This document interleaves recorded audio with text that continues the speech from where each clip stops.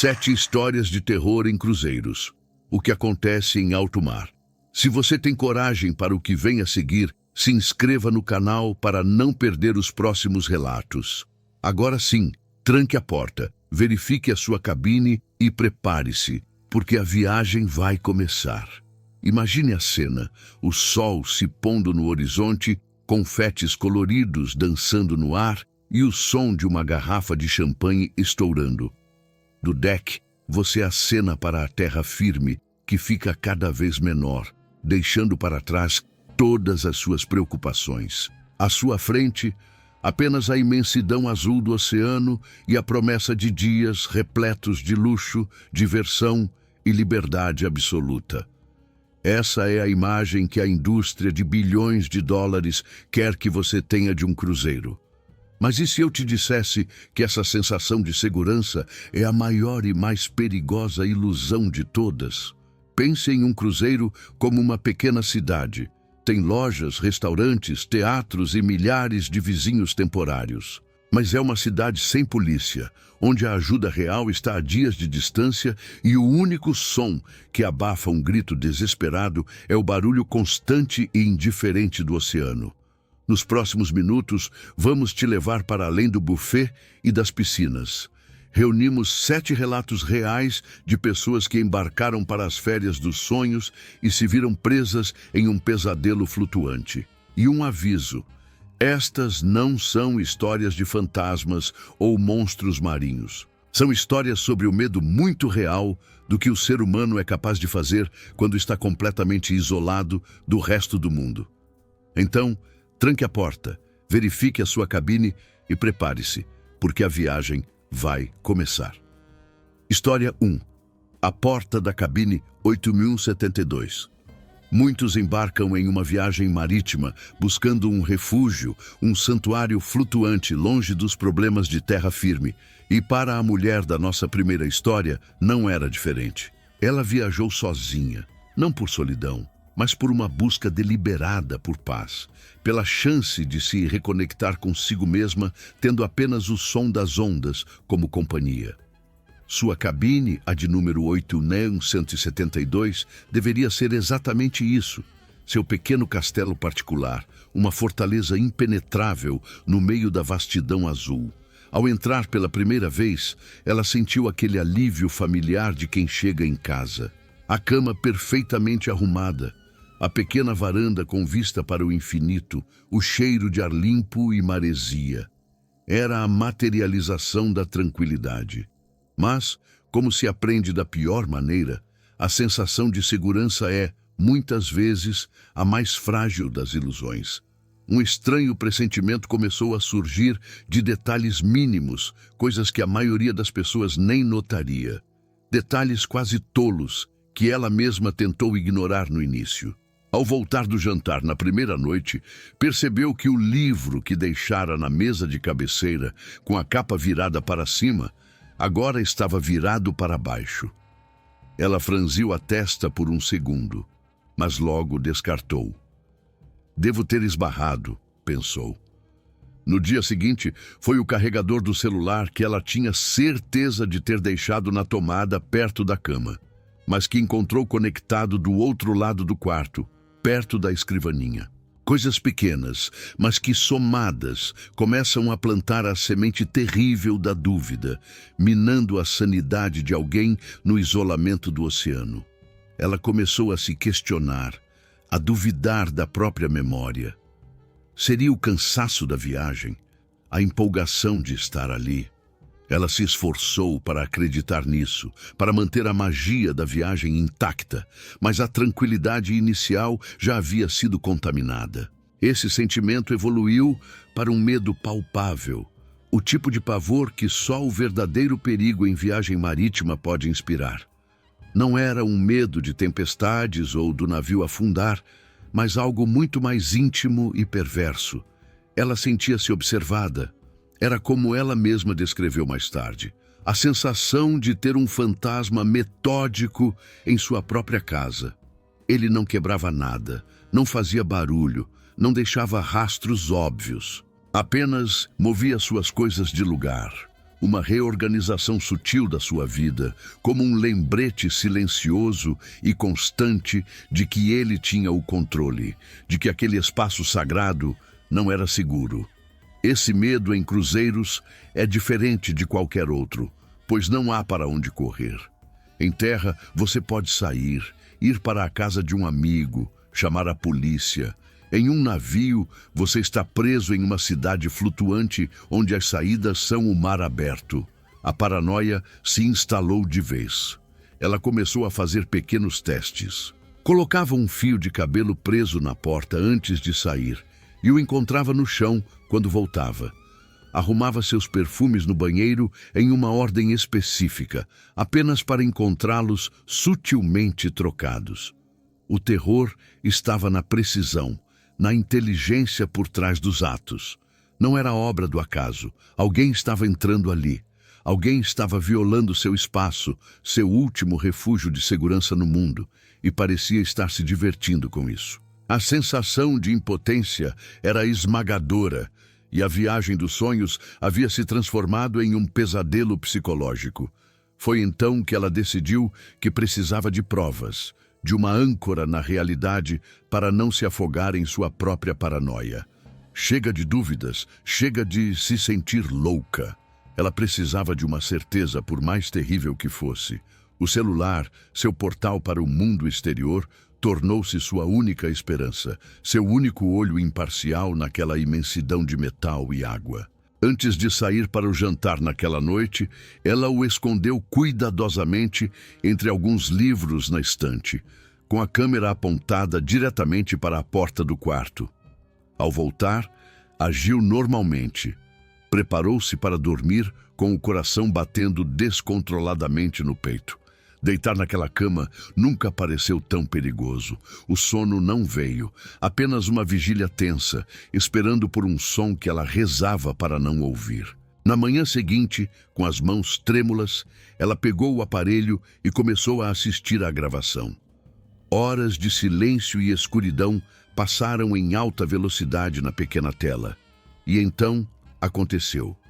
A imagem revelou uma das mais aterrorizantes histórias reais em alto mar. A maçaneta girou lentamente, sem som, a porta se abriu numa fresta e a silhueta de um homem uniformizado, um funcionário, entrou. O que ele fez a seguir foi o ato mais simples e horripilante de todos. Ele não roubou nada. Não tocou em nada, apenas ficou parado ao lado da cama dela, por longos e intermináveis minutos, observando-a dormir na escuridão. O vídeo capturou a completa violação de sua segurança, a prova de que seu medo era real. Aquele cruzeiro terror mostrou que a porta trancada era uma mentira, e a pessoa paga para protegê-la era a fonte do seu pavor. A violação de um espaço físico, afinal, às vezes é apenas o começo da história. Um prelúdio para algo que poderia ter sido muito pior. História 2. O casal que nunca desembarcou. Sabe, uma das coisas mais curiosas sobre um cruzeiro é a rapidez com que as amizades se formam. Você está em um ambiente fechado, uma bolha flutuante de alegria e despreocupação, e as conexões humanas acontecem de forma acelerada. Foi exatamente o que aconteceu com o narrador desta história e sua esposa. Eles conheceram outro casal, chamemos de Marcos e Helena, logo no segundo dia. A sintonia foi instantânea. Eram o tipo de pessoa com quem você se sente à vontade em 5 minutos, compartilhando histórias de vida como se fossem velhos amigos. Passaram os dias seguintes juntos, explorando as paradas, jantando na mesma mesa todas as noites, rindo até tarde nos bares do navio.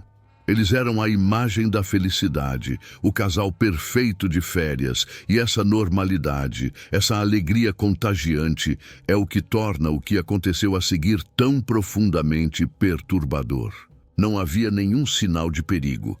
Nenhuma nuvem no horizonte. Eram apenas 4 pessoas aproveitando uma viagem que deveria ser inesquecível, sem saber que ela se tornaria inesquecível pelos motivos errados.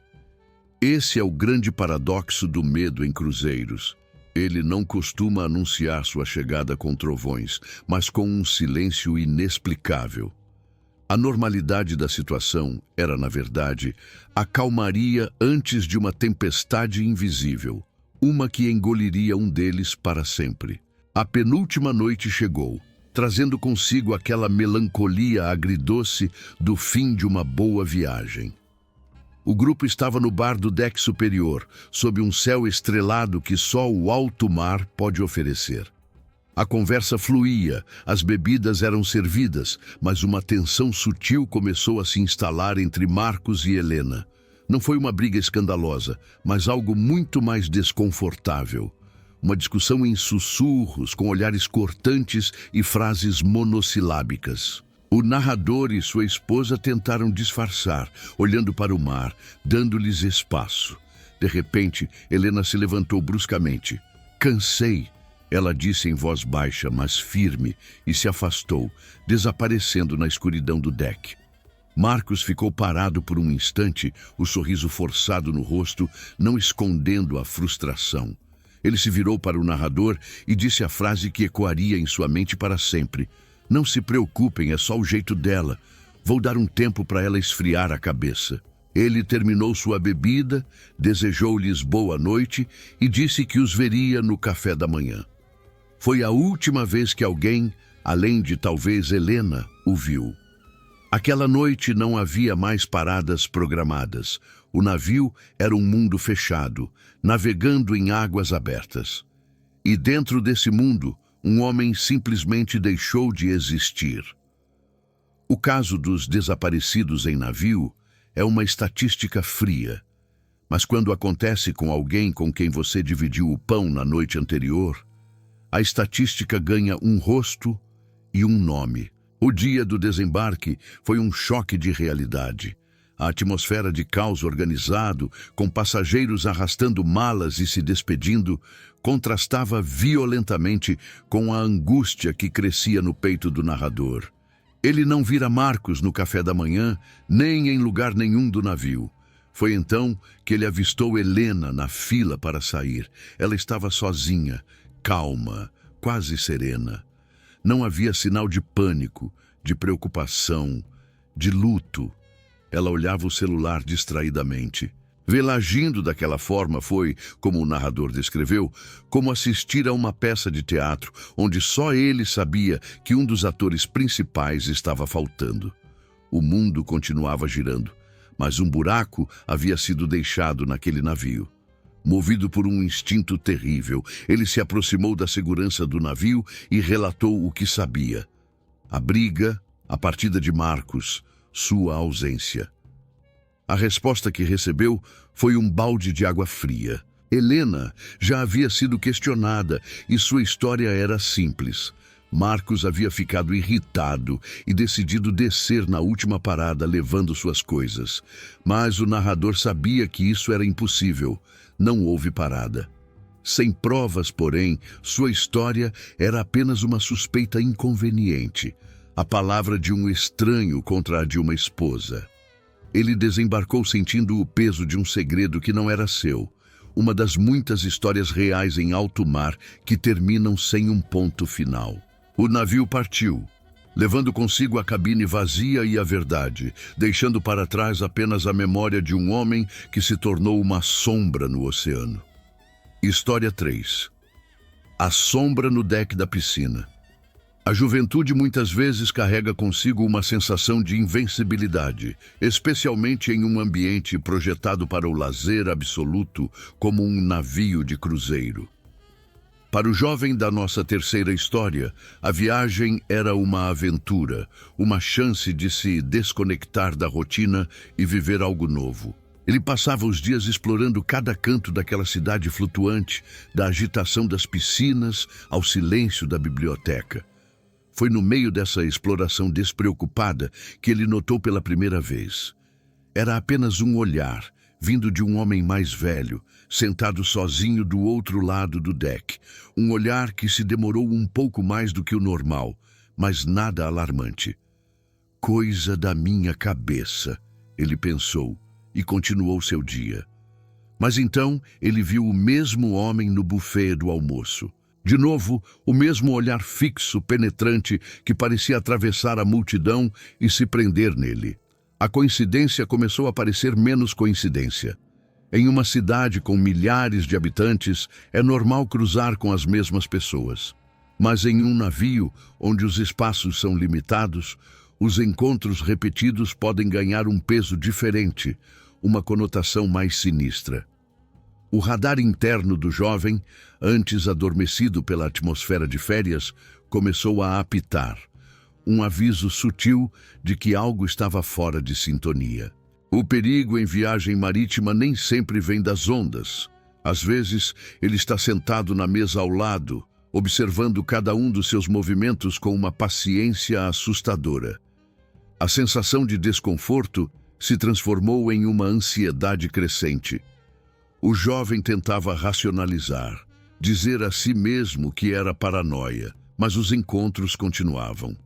Uma noite, ele decidiu ir à academia por volta da meia-noite, esperando encontrá-la vazia.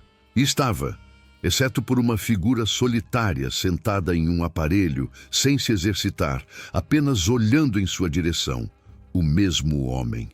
O silêncio do lugar era ensurdecedor, quebrado apenas pela batida do coração do rapaz, que agora martelava em seus ouvidos. Ele fingiu amarrar os sapatos e saiu dali o mais rápido que pôde, sem olhar para trás.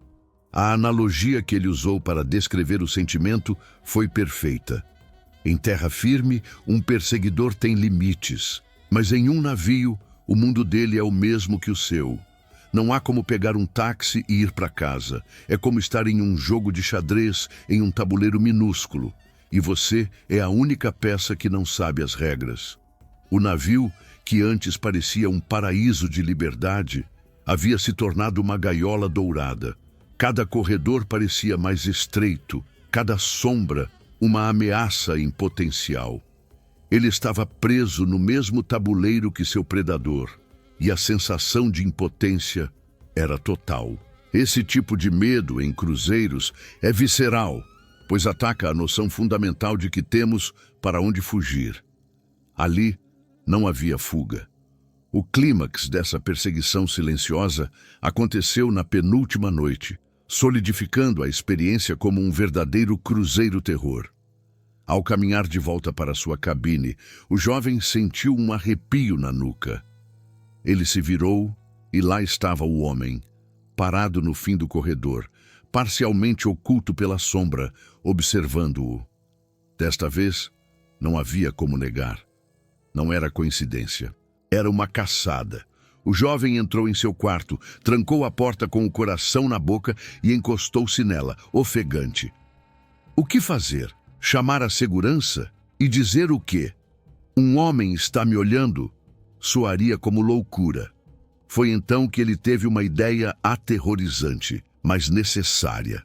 Ele apagou as luzes, fez barulho como se estivesse se arrumando para deitar. E depois, em vez de ir para a cama, ficou em pé, em silêncio absoluto, ao lado da porta. Ele esperou por 1, 2, 5 minutos, que pareceram uma eternidade. O silêncio era total, a ponto de ele conseguir ouvir o zumbido suave da eletricidade do navio. E então, ele ouviu o som mais sutil e aterrorizante de todos. O clique metálico quase imperceptível da maçaneta de sua porta, sendo girada, lentamente, de fora para dentro. Alguém estava testando, forçando a fechadura com uma delicadeza perversa, por vários minutos.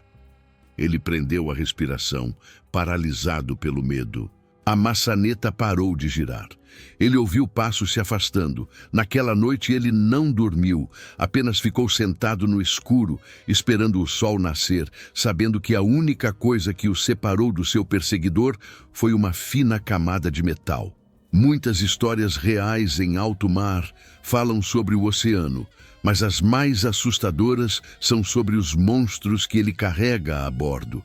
História 4. A cozinha de baixo.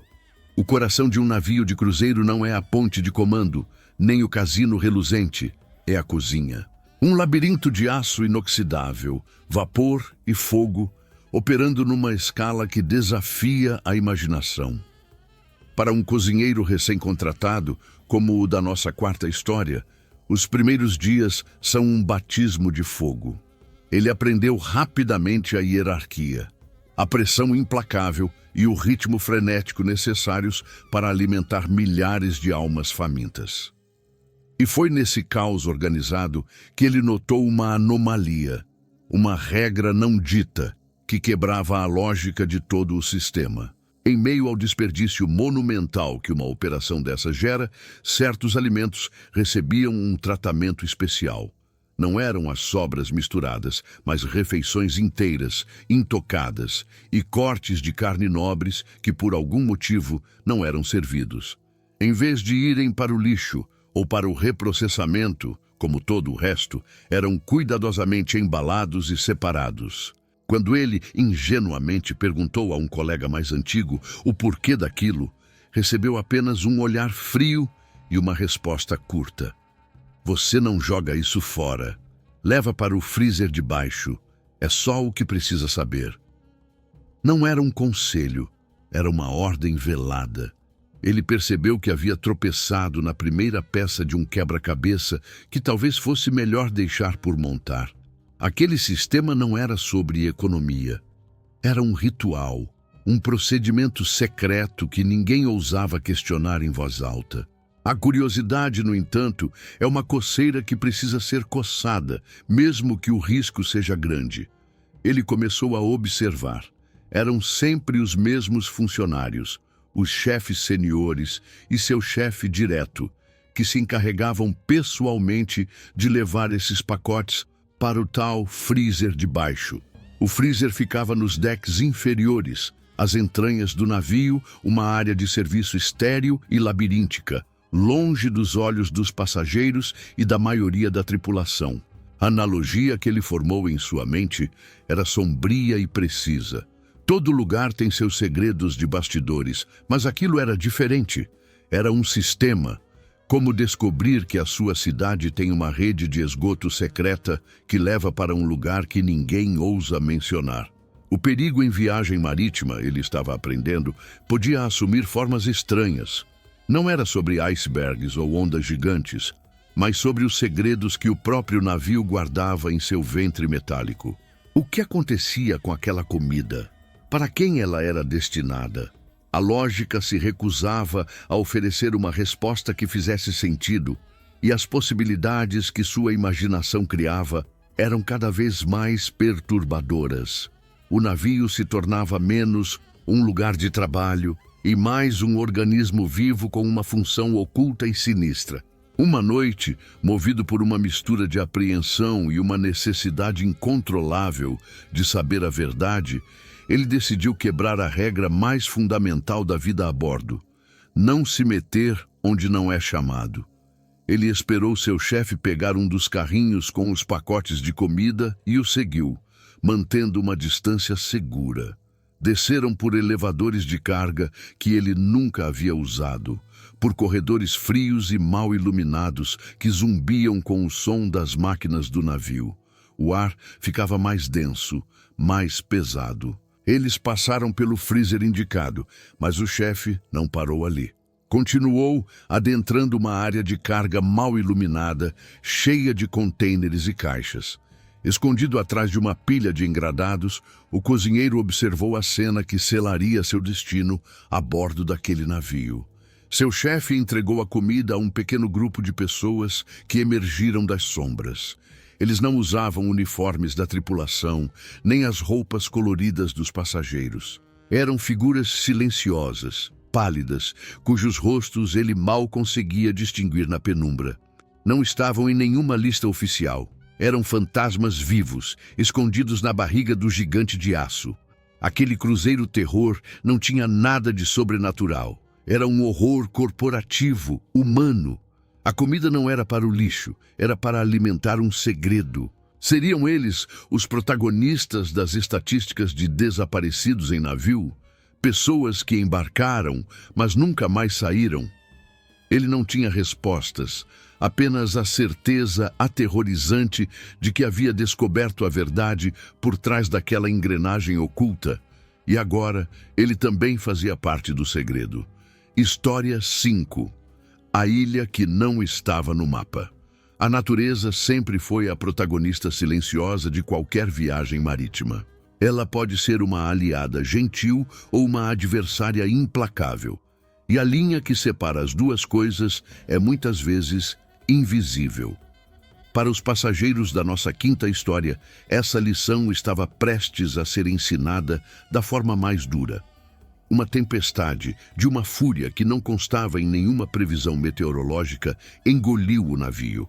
Não era uma chuva de verão, era uma demonstração de força do oceano, com ondas que se erguiam como muralhas líquidas e um vento que uivava como uma criatura ferida. O gigante de aço, que antes parecia invencível, tornou-se um brinquedo nas mãos do mar.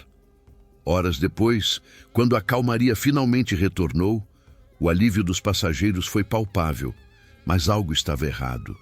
O sol da manhã revelou que eles estavam parados, com o som dos motores substituído por um silêncio estranho. Foi então que a voz do capitão soou nos alto-falantes. Com um tom excessivamente calmo, ele anunciou pequenos problemas técnicos e informou que o navio desviara muito de sua rota para evitar o pior da tempestade. E ali, ancorados para reparos, estava o prêmio de consolação. Uma pequena ilha, um ponto verde esmeralda no azul infinito que não constava em nenhum mapa ou itinerário turístico. A tripulação anunciou que, como um gesto de boa vontade, alguns passageiros seriam autorizados a descer e explorar a Ilha Virgem por algumas horas. A maioria comemorou a aventura inesperada, sem perceber o nervosismo contido no sorriso dos funcionários. A descida para a ilha foi surreal. O ar era denso, úmido e carregado com o cheiro de vegetação desconhecida. A praia era de uma areia branca e fina, quase irreal. O narrador da história, um homem curioso por natureza, sentiu uma estranha dissonância. A tripulação estava sendo eficiente demais, sorridente demais. A analogia que lhe veio à mente foi arrepiante. A sensação era a de ser um astronauta pousando em um planeta desconhecido. A tripulação sorria, mas seus olhos diziam o contrário. Era um sorriso para manter as crianças calmas enquanto o meteoro se aproxima. Esse tipo de medo em cruzeiros é sutil, uma ansiedade que se infiltra pelos cantos, alimentada não pelo que é dito, mas pelo que é ostensivamente omitido. Por que parar ali? Que problemas técnicos eram aqueles? A ilha era linda, mas sua beleza tinha algo de ameaçador, de intocado por uma razão. O verdadeiro perigo em viagem marítima muitas vezes se esconde por trás de uma fachada de normalidade, e aquela excursão improvisada parecia um cenário montado às pressas para esconder um problema muito maior que acontecia nos bastidores do navio. Enquanto a maioria dos passageiros se maravilhava com a paisagem, o narrador decidiu se afastar um pouco do grupo, caminhando pela beira da vegetação densa. Foi então que ele os viu. Escondidos entre as árvores, alguns habitantes locais observavam o grupo, mas em seus rostos não havia a curiosidade que se espera de um povo isolado ao receber visitantes. Havia medo, um medo puro, aterrorizado. Ele fez contato visual com um homem mais velho, que num gesto rápido e desesperado, quando achou que ninguém mais estava olhando, fez um sinal claro com as mãos. Vão embora. Voltem. Antes que o narrador pudesse processar o aviso, um membro da tripulação apareceu ao seu lado, com um sorriso que não alcançava os olhos. Senhor, por segurança, pedimos que fique com o grupo, disse ele, com uma firmeza que não admitia discussão.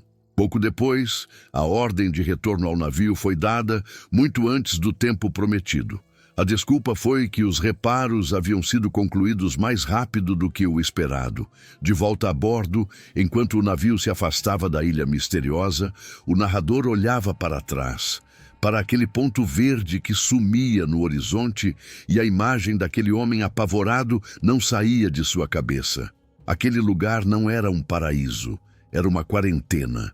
E eles, os passageiros, foram a carga que o navio precisou desembarcar temporariamente por uma razão que ele jamais saberia.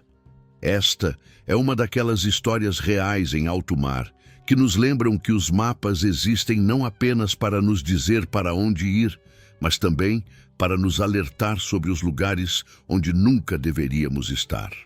História 6. A gravação da varanda. Há uma beleza quase sagrada no nascer do sol em alto mar. É um espetáculo silencioso, uma pintura que se revela lentamente no horizonte. E para um casal de fotógrafos amadores a bordo de um cruzeiro, capturar esse momento era quase uma obsessão. Eles não queriam apenas uma foto, queriam a história inteira, do breu total à explosão de cores. E a tecnologia moderna oferecia a ferramenta perfeita para isso. O time-lapse. A ideia era simples e poética. Na última noite da viagem, eles montaram sua pequena câmera em um tripé na varanda da cabine, ajustaram as configurações e a deixaram ali, uma sentinela digital encarregada de testemunhar e registrar a majestade do amanhecer. Era um ato de otimismo, uma tentativa de engarrafar a beleza e levá-la para casa. E varanda era seu espaço privado, um camarote de luxo para o maior show da Terra. E enquanto o navio deslizava suavemente pela escuridão, eles foram dormir com a doce antecipação do resultado, sem fazer ideia de que sua câmera capturaria algo muito mais profundo e sombrio do que a simples transição da noite para o dia. Eles estavam prestes a descobrir que o perigo em viagem marítima pode ser um espectador silencioso, escondido na beleza que tanto buscamos. Na manhã seguinte, após assistirem ao vivo o espetáculo que haviam programado a câmera para gravar, eles mal podiam esperar para ver o resultado. De volta à cabine, com cheiro de café fresco e a sensação de um trabalho bem feito, conectaram a câmera ao laptop. A pequena tela ganhou vida, o vídeo começou e era hipnotizante. Estrelas traçando arcos luminosos no céu de veludo negro, a lua se pondo, e então a primeira pincelada de azul profundo no horizonte, seguida por tons de roxo, laranja e dourado. Era perfeito, era mágico. Eles assistiram, maravilhados, a noite inteira se desenrolar em menos de um minuto. Foi então que a esposa colocou a mão no braço do marido. "Espera aí, volta." Ele franziu a testa. "O que foi?" "Eu não sei. Eu vi alguma coisa. Um vulto."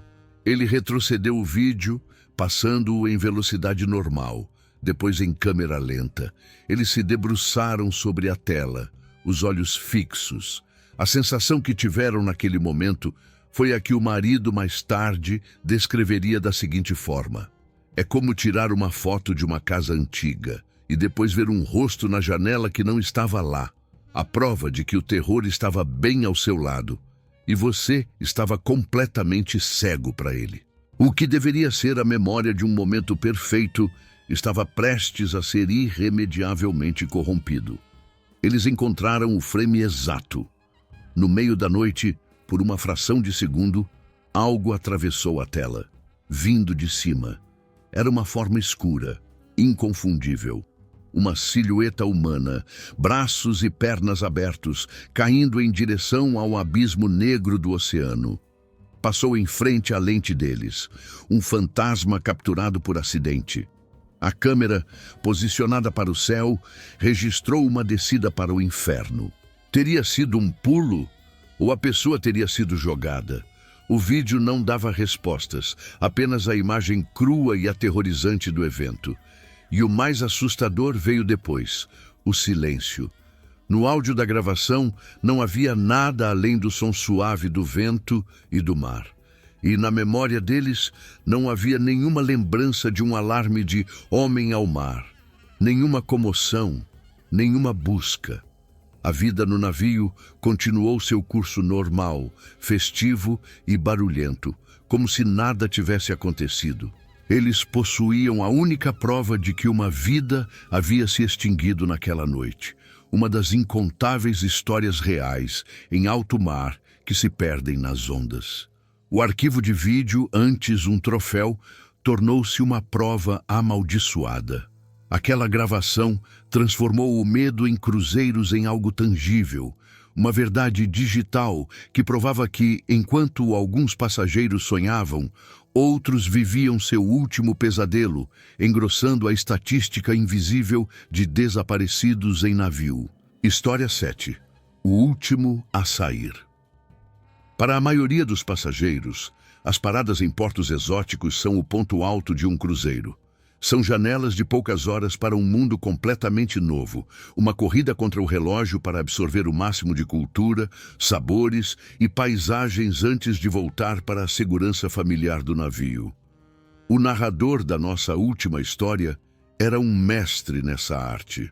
Um explorador nato, ele sempre se afastava das armadilhas para turistas, buscando as ruelas autênticas, os pequenos cafés onde os locais se encontravam, as experiências que não vinham nos folhetos.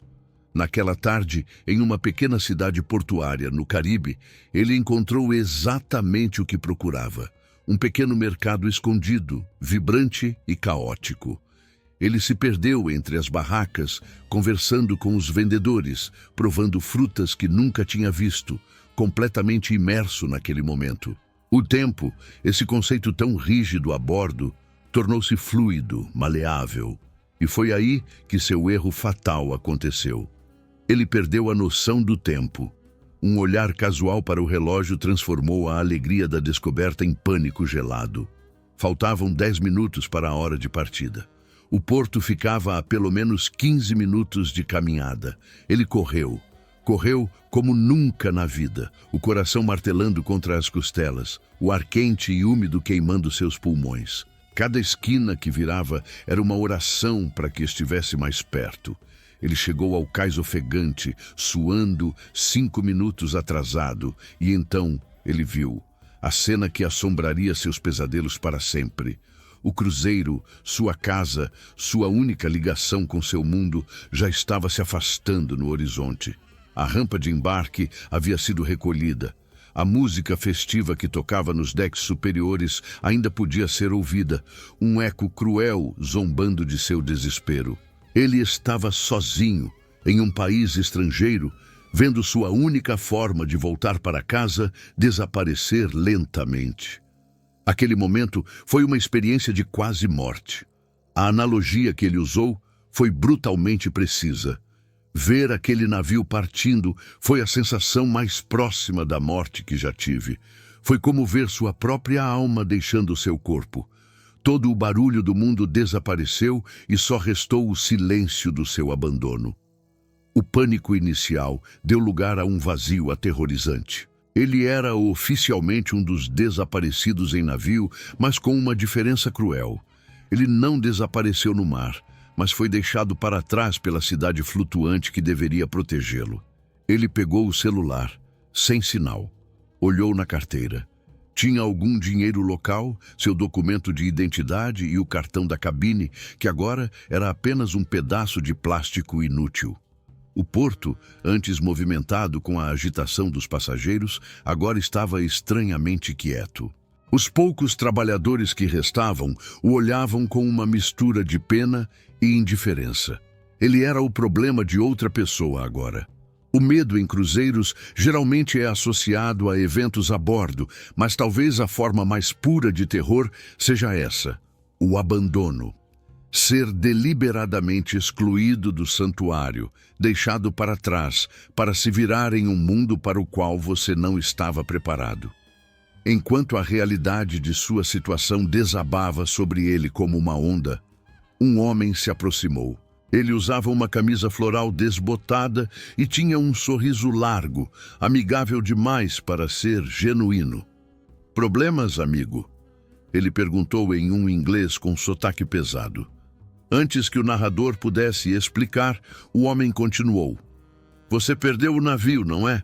Acontece. Eles não esperam por ninguém." O homem colocou um braço em seu ombro, um gesto que deveria ser reconfortante, mas que enviou um arrepio pela sua espinha. O sorriso do guia turístico não alcançava seus olhos, que eram frios e calculistas. Foi então que ele disse a frase que transformou o desespero em puro terror. Não se preocupe, nós cuidamos de quem fica para trás. Naquele instante, o narrador entendeu. Ele não era apenas um turista perdido, ele era uma presa. Ele havia saído do sistema, caído da rede de segurança, e agora estava no território de caça de predadores que esperavam pacientemente no cais. Não por acaso, mas porque sabiam que, mais cedo ou mais tarde, alguém cometeria um erro. Aquele cruzeiro terror não terminou com um monstro ou um fantasma, mas com a aterrorizante lucidez de que o verdadeiro perigo começa quando a ajuda vai embora. E assim, nossa viagem por estas águas sombrias chega ao fim. 7 histórias, 7 jornadas que começaram com a promessa do paraíso e terminaram à sombra do medo. O que todos esses relatos nos ensinam é que a fachada de alegria perpétua tem um propósito. As luzes brilhantes e a música alta de um cruzeiro são projetadas para te distrair da verdade aterrorizante. Você está em uma caixa de metal, flutuando no meio do nada. As paredes da sua cabine são finas e o oceano não conta histórias. Depois de tudo o que ouvimos, o que fica é a pergunta: onde mora o verdadeiro perigo? A resposta é o que mais assusta. O verdadeiro terror não é o que está à espreita na escuridão do mar. É o que está sentado ao seu lado no jantar, sorrindo. É a lembrança de que, isolados do mundo, as regras sociais podem se tornar tão frágeis quanto a sensação de segurança que você comprou junto com a passagem. Lembre-se disso na sua próxima viagem. A verdade é que muitas histórias como essas nunca são oficialmente relatadas, perdendo-se como sussurros no vento. Por isso, queremos ouvir você. Se você já presenciou algo inexplicável em uma viagem, conte sua história nos comentários. E para mais relatos que vão te fazer questionar a realidade, inscreva-se no canal e ative as notificações.